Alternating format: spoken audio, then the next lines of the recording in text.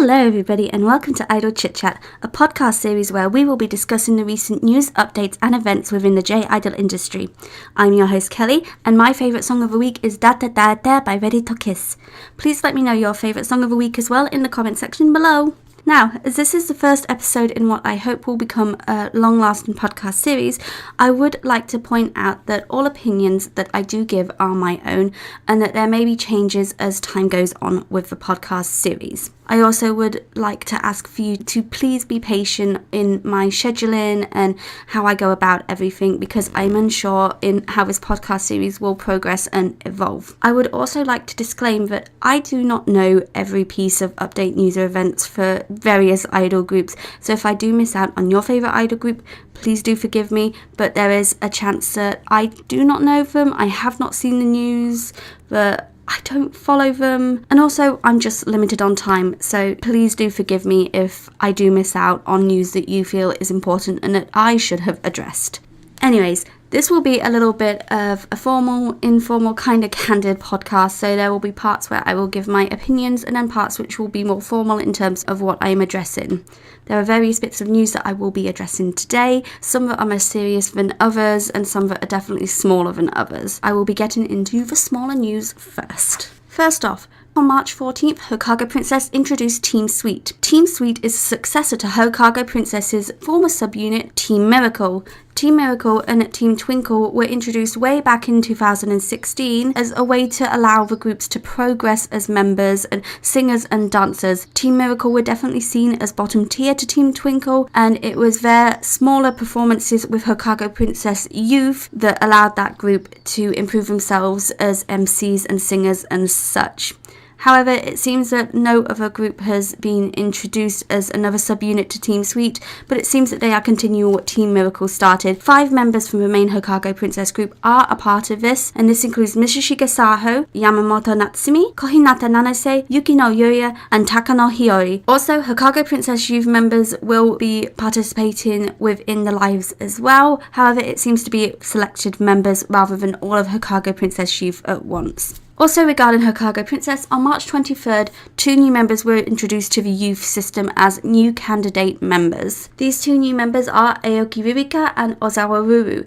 They have a chance to be promoted into the apprentice system and then finally the regular Houkago Princess lineup. So congratulations to these 2 members for joining Houkago Princess Youth. In other news, Banzai Japan will be releasing their first major single on June the 25th. The single is a double A-side which has been titled Junin Toyoro / Kingyo no Uta. This single will be released under Nippon Columbia's idol label Victoria Beats. So congratulations to Banzai Japan. They are a wonderful group, so definitely check them out. They have some really catchy fun songs and they have a really high performance level.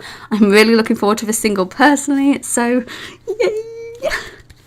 In the alternative idol news, NECRONOMIDOL have announced that they will be attending Hyper Japan Festival 2019.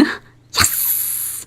This is a really exciting opportunity for the group as it will allow them to embark another UK tour, but will also allow them to be a part of a convention circuit as well, which they are no stranger to. This will be their first convention within the UK, and I expect that a lot of fans will be excited to hear this news. But alongside that, NECRONOMIDOL have also announced that they will be embarking on their 3rd European tour, which they have titled NECRONOMIDOL European Inquisition 2019. I have said Inquisition wrong, I do apologise. But this will see them in London, Birmingham, they will also be in Scotland, Holland, France, Finland, Sweden and Slovakia, some of which they have not been to before. This is a really exciting opportunity for NECRONOMIDOL as 2 of their members, Kunogi and Michelle, have not been abroad yet with the group since they debuted back in January, so this is a really cool, really wonderful opportunity for those 2 who have not been here yet, who have not been to other countries yet. But this is another exciting opportunity for Misaki, Himari and Rei, who have already been to other countries before, but it will allow them to bond with their fans further. So if you are a NECRONOMIDOL fan, please definitely go to either Hyper Japan or any one of their other lives that you are able to get to. So yeah, let's get excited everyone. Huzzah! Moving on to news regarding disbandment, Tsuribit have officially disbanded on March 24, 2019. The group originally debuted in 2013, and ever since they have not changed their lineup. However, they have certainly proven themselves in growth.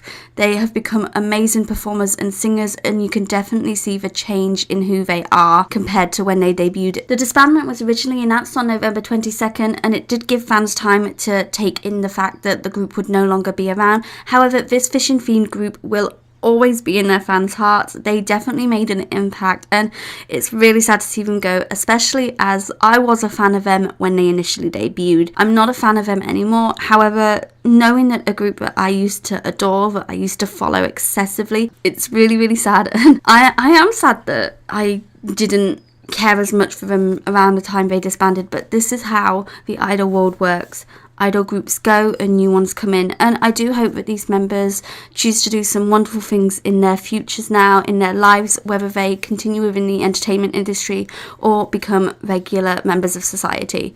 Good luck to the members of Tsuribit. I am glad that they were able to stay as a 5-member unit for this long. 6 years is an amazing amount of time to be a group and to work together, and they have done an amazing job, and I know their fans will miss them. So goodbye, Tsuribit.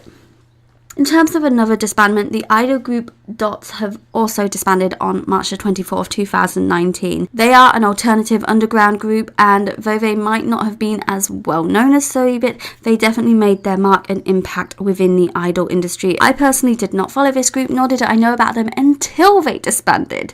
However, it seems that they had a really unique concept in which every member was anonymous, where you didn't even know their names, and where they wore visors during their performances. Each member was known as Dot-chan, and though they had a small run from 2016 to 2019, they were very well received, they were very much loved, and it is really, really sad to see a group like that go, and I am very, very sad that I didn't actually get the opportunity to listen to their stuff or know of them during their reign as idols. But good luck to these members for anything that they do in the future. I hope that they evolve and become amazing entertainers or members of society. It doesn't matter what they do, as long as they follow their own path in life and are happy with what they are doing. So good luck to those girls, and I am sorry to the fans who have lost a dear, amazing group in the alternative idol circuit. Moving along to AKS news, we will be discussing some AKB48, MNL48 and NGT48. The first being that AKB48 have announced that they will not be doing general elections this year. This is a very daunting and very strange decision that has a lot of fans speculating just why AKS management have decided that they will not be pursuing the biggest event within the AKB48 and sister groups' history. Despite the event reaching its 10-year milestone last year, AKB48 management released a statement saying, "Thank you for your continued support of the AKB48 group. This year, we have decided not to hold the AKB48 general election, an annual event that reached its 10-year milestone last year. The AKB48 group will be dedicating itself every day to being the sort of group that all fans can cheer for from the bottom of their hearts. We ask for and look forward to your continued support of the AKB48 group." The statement itself is not really a big one from AKS management, and it does leave a lot of room for speculation as to why they have decided to stop the general election this year. One of the main speculations is, of course, that with the recent NGT48 scandal, management have decided to pull the plug on the election because they are losing sponsorships. Though we do not actually have any proof of this, it is most likely that sponsors are dropping now, and AKB48 can no longer afford to do the general elections. The general elections every year get bigger and bigger. The stages are massive, the crowds are big, and it is one of the biggest events within the J-pop industry every year. It brings in a lot of fans and customers. A lot of people who don't always buy CDs will buy the CDs. It gets a lot of money for AKB48 and their sister groups. However, it seems that the money that they make from the CD sales do not always total up to the amount that we think they do as fans. You have to remember, there is a lot of people that they have to pay, not just the idols. They will have to pay the event staff, they will have to hire the stage, they will have to get workers for that stage, they will have to pay distributors of the CDs, they will have to pay a lot of people, not just management and the idols. A lot of money goes into different aspects of what they are doing, and sponsorships will always be a big help to groups because they can give them a little bit more money and a little bit more help. So it actually makes sense that if sponsorships are dropping out, AKB48 could not do the election this year. When this news initially came out, my thoughts were that management had no more faith in any of the members within AKB48 and its fellow sister groups because their big name stars were leaving. Yamamoto Sayaka, Sashihara Rino, they have graduated or will be graduating the group. Matsui Jurina has been ill from the last time that they had a general election, and it caused their production for the music video and song to be backlogged. It is very difficult when your star is ill and cannot work. And then you also have some of their members moving over to Korea in order to pursue their music activities with IZ*ONE. Those were my thoughts on it, at least. What do you think about the general election being cancelled? Do you think that it is a good thing or a bad thing? Do you think that this is a downward spiral of AKB48? Please do let me know. Share your thoughts with me. I would love to hear them and read about them. In other news to do with the 48 groups, we are going to be looking at MNL48, who will be releasing their next single in April. Though no date has been given, the single has been titled 365 Nichi no Kamihiko Oki, and the centre will once again be Sheki, who has been centering all of their A-side singles so far. It would be nice to see another member lead the singles, but if they are confident with Sheki, then they are confident with Sheki, and we cannot do anything about that. Are you looking forward to the single? What do you think about it? Please let me know. Next up in MNL48 news, their second set of general elections will be held and a new generation will be introduced as well. However, it has been announced that MNL48 will be using their second general elections in order to do a mass graduation for some of the members. Those who are not picked within the top 1 to 48 will be mass graduated, and it has been said that AKS have given the thumbs up for this. What I am about to say next is a slight edit that I have decided to do in post during the editing process of my podcast, because I have been given an article which is very important as to why MNL48's management have decided to go on with a mass graduation of members who do not make it into the top 48 of the next election. I also do want to point out, which I did not point out previously before coming back to edit this, that the second generation member auditionees have been selected, and they will also be a part of the voting process for this general election. Now, it does make you wonder why they would be allowed to be a part of this general election process, because nobody knows who they are. They only know very little about them. If their auditions are read, we will get to know about their singing and dancing skills. However, so far we only know what they look like, so yeah, make of that what you will. And I do wonder what you guys think about the fact that MNL48 are allowing the second generation auditionees to take part in this as well. Regarding management's recent decision to make it so that the Sosenkyo general election will also include a mass graduation of those who do not make the top 48, one of their managers has stated, "My plan is limited to 48 slots only. Unlike AKB48, it is very different because each individual came from different talent agencies and they can survive. In our case, under one roof doing management, production, promotion, we can't allow for 200 members. It will be impossible. If people support these girls to be elected, it will happen, while those people who do not want their existing member to stay in this position, it will be fair, and I want a fair election this time." It has also been stressed that for the second general election, they only want 48 members because they are not ready to commit to a larger group like Japan has. And that brings me into what I said in my original take on this podcast. So I am sorry for interrupting the natural flow of everything, but I did want to get that out there. I wanted to get the statement there so that you understand just why MNL48 management wish to do this sort of thing, even though it has infuriated the fans and even though it will definitely disrupt how people feel about MNL48 in the long run. Now, in regards to this, a lot of fans are not happy with the decision. It's a very, very sad thing. It is horrible to think about. However, I understand from a business viewpoint why this is actually a pretty good decision on management's behalf. Now, It is no lie, but MNL48's management are kind of shoddy at points. A lot of people give them a lot of flack for their decision making. When the members were first introduced, they got rid of a lot of members or told members that they had to choose between school or performing. And we know that they are not really the most caring of management either. AKS management is generally never the best management in the world, within the J-idol industry, within the idol industry in general. It is very widely acknowledged by fans, foreign and Japanese. However, with the MNL48 situation, they have just been gaining traction. They are really getting on their feet here, and a lot of fans thought it was getting a lot better for them, and then we are thrown this curveball where we are told that MNL48 will be mass graduation members who are not chosen to be in the top 48. Now, as I have said, I understand this from a business standpoint. AKS is the company that is known for having a lot of members that actually fall to the wayside.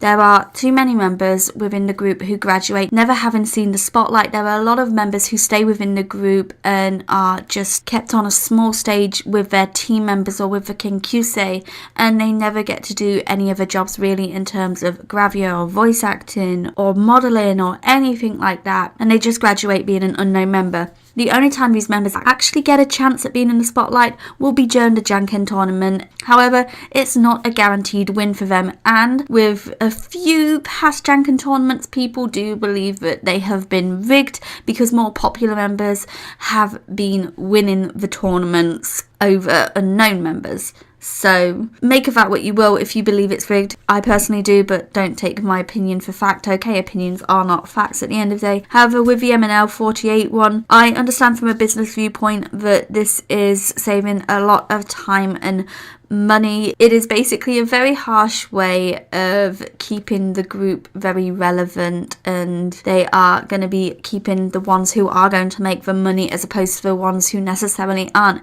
And whilst this will be a big loss for a lot of members who will lose their friends and for a lot of fans who will lose their favourite Oshi members, I do understand from the perspective of management that it will save them money on lessons and training and such, and it will also accumulate money in terms of the votes as well, because a lot of people will vote for their favourite to try and make sure that they get into the top 48 instead. And it will also give them room to be able to train the second generation when they introduce the second generation. I do not think that it is a nice thing that they are doing, but I do understand it to a degree from a business viewpoint, and it is harsh, it is cruel, and it is horrible, and I do not wish anyone's Oshi to leave. I'm really scared for my favourites as well within MNL48. However, this is the decision they have made, and the AKS company have given the thumbs up for this. It's just another part within the 48G fandom that has just blown up for a lot of people, and we all have our own speculations as to why it's happening. I can't say that the reason they're doing it is because of business standpoint and such and saving money. It might be something completely different, but this is how I view it personally. But I hope that your favourites are spared, everyone. I hope that the members you really like do stay in.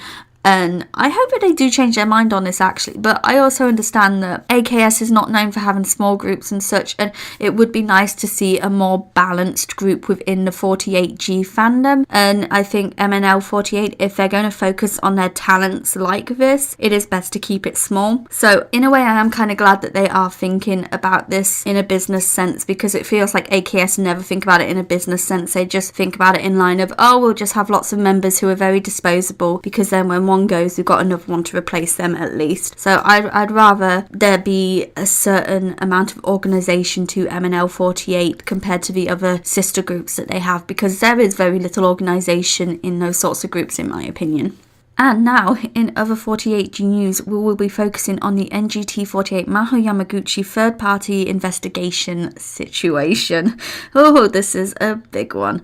I have a lot of opinions on this, as does everyone else, so please do remember that my opinions are my own. I do not expect you to think the same way as me. Please do let me know your own opinions and comments on this below as well, and we can have a nice chit-chat about it, or a harsh chit-chat, who knows. But regarding this investigation, the investigation team came out with their verdict regarding their investigation, and a lot of fans are not happy with this. And Maho Yamaguchi, a member of NGT48, the member in question who was attacked on December 8th, 2018, is not happy with the results either, and a lot of fans are backing her up once again. If you want to show your support for Maho, please do use the hashtag on Twitter, hashtag Justice for Maho-hon, and please do spread the word and share anything that you think is relevant and that other people should see. Now, of course, back in January, Maho brought to attention the issue that she had been attacked. This is more than an issue, this is a crime. And she said that it happened in December, it happened on December 8th. The two men that had attacked her, and they attacked her on her own property after she had come home from a performance/event, and they grabbed her by the face, they covered her mouth, they took her to the ground, they took her phone off of her so that she could not call anyone. She did try to escape, but they caught her again. They binded her hands behind her and said that they wouldn't hurt her if she cooperated. Now, Maho was very scared in this incident, and she put all of her trust into her management, and because of this she was taken off of social media for a little while, and she went on a small break from handshake events as well. A little bit further on in January, after January 9th, she made a public apology on stage regarding her coming out with the truth about the situation, per management's request once again. Now, a lot of fans took issue with this, obviously, because Maho herself said that when she was attacked, management had told her they would deal with it. Management promised that they would sort it out. The two men were taken into police custody. They were kept there for, I think, 48 hours, and then they were released again, and nothing was really done. Management said they would stop them going to events later on. However, these men were there during NGT48 events, as someone said that Maho had to face one of her attackers who was standing right in front of the stage that she was on as she was making the public apology.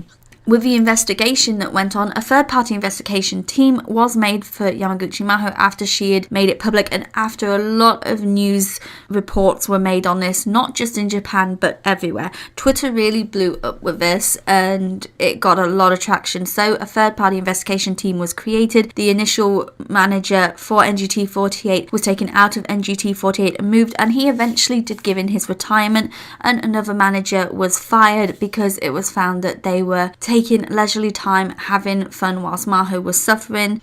Now, the third-party investigation has come out with these things. This is from 48G Kingdom. So from the third-party committee investigation team response that they gave during their live broadcast, they said that no NGT48 members were involved in the incident. And if you remember the incident, Maho revealed that members were involved in this, quite a few members, and it seems that they may have been higher-up popular members. And she had been told by her management as well that they would punish the members who had been involved. However, they have announced no NGT48 members have been involved in this incident, which a lot of fans and Maho herself say is a lie.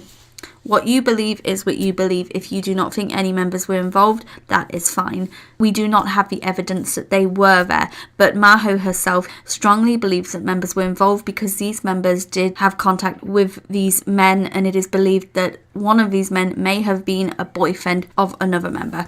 Management have also stated that management are considering to charge a suspect through civil procedure. It means that they do not consider this a crime at all. They simply consider it an incident, which they have said they consider it an incident. They do not consider it a crime, which it 100% is. They attacked someone. They went onto her property. They attacked her there. They took her personal possessions. They were threatening her. They attacked her on her personal property. That is a crime. Management have also stated that they admit there are some members who had private conversations with some fans and that they will take the blame for that because they did not educate the members properly.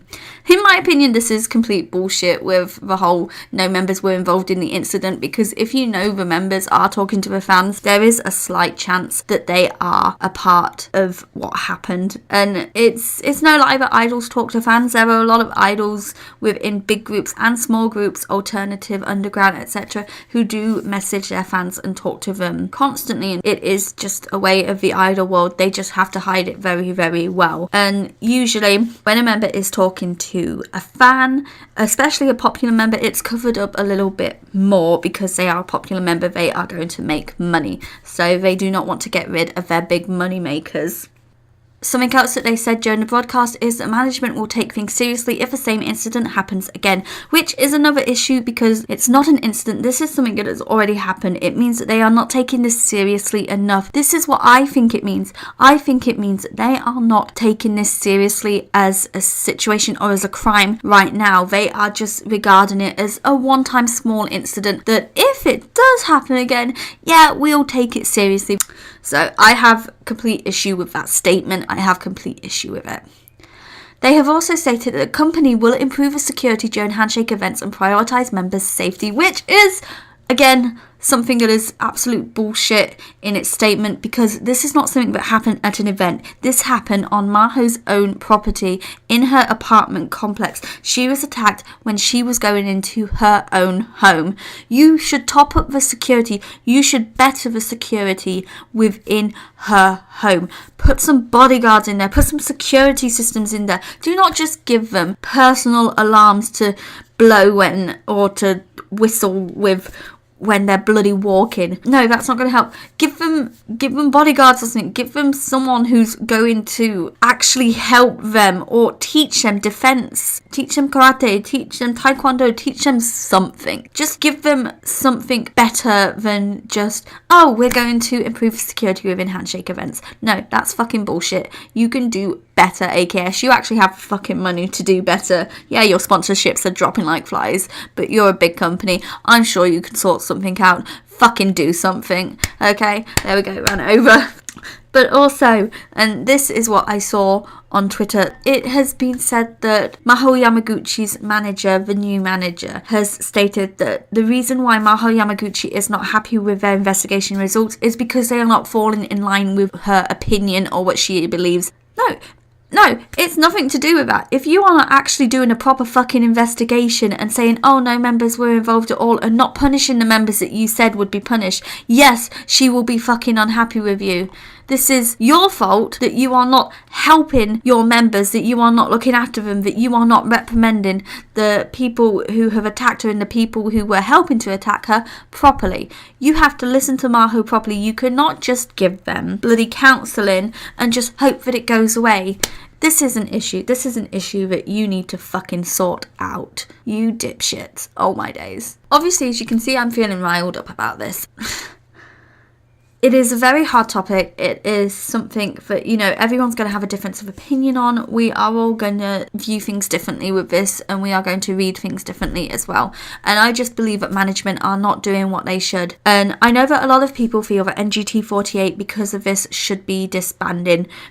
I do not think that is necessary. I think that Maho herself should be allowed to graduate from this if she feels she should graduate, or if she wants to move, she should be allowed to move. However, it has also come to light that apparently Maho Yamaguchi herself is not allowed to graduate. NGT48 management will not let her. It is most likely to do with the fact that they feel that if she's there, she is seen as a small beacon of light of hope, that they have been looking after her, that they have been doing everything right when they haven't. And actually Maho herself is coming forward still regarding this matter. She has been very active on Twitter. After the broadcast report was done, she said that they were lying. She has said that when she was told to do the apology as well, and this is something that really riles me up, when she was made to do her apology, she said that she initially did say, I do not want to do it. She told them she would not do it. However, her manager turned to her and said, if you do not do it, I will force the other members to read it to you as if it was a birthday message at an event. And that is bloody horrible. This is disgusting. Management, both sides of it, the old manager and the new manager, they are disgusting, basically forcing her to apologise and then calling her a liar, or saying that she is just mad about their results because it does not fall in line with everything that she has said. And I'm disgusted. And a lot of idols are coming out and talking about their own incidents, or saying that back in the early days of AKS, we had the help we needed, we had security. If something happened to us, those fans were taken care of promptly. And it's not happening now for NGT48. It's just shitty. It's shitty management, and I am so mad about this. And I don't think it sounds like I'm mad in my voice, but I am. Oh dears. It seems that what has happened with Maho is not being properly dealt with. Maho herself feels like she has been failed. She wanted to protect herself and her team. She feels that by doing this, she is helping her team. She is making sure that they are not going to be in danger anymore. But her management just keep failing her, and I feel for Maho because she has tried to communicate and they are not communicating with her or helping her in any way possible, and I just feel mad. And it is horrible, and I feel for her so much. It is very troubling, and I do ask you to continue with the hashtag Justice for Maho-hon. Please do, and anything you do see, please just retweet it and share it with the world, and just showcase that management still haven't helped Maho at all, and that she is still suffering because management are not helping her. Please. And I will leave it at that. I am sorry if that is a little bit convoluted or if it doesn't make sense at all. But thank you very much for listening, everyone. This is where I'm going to end it on this rant. But thank you for listening to the small news pieces and then the bigger pieces where I got a little bit more candid and a little bit more ranty. I hope you did enjoy it, and if you do like this kind of podcast style, please do let me know in the comments below and tell me if you want me to continue to do this. If you do not want me to continue to do this, I won't, but I think it'll be nice if I can continue to try and update news in various ways. I used to do it as a digest on my blog, but I want to try and do something a bit more vocally in this way in the future. So yes, please do let me know what you think below. Anyways, until next time, everyone, thank you very much for listening, and please have a wonderful day. Take care.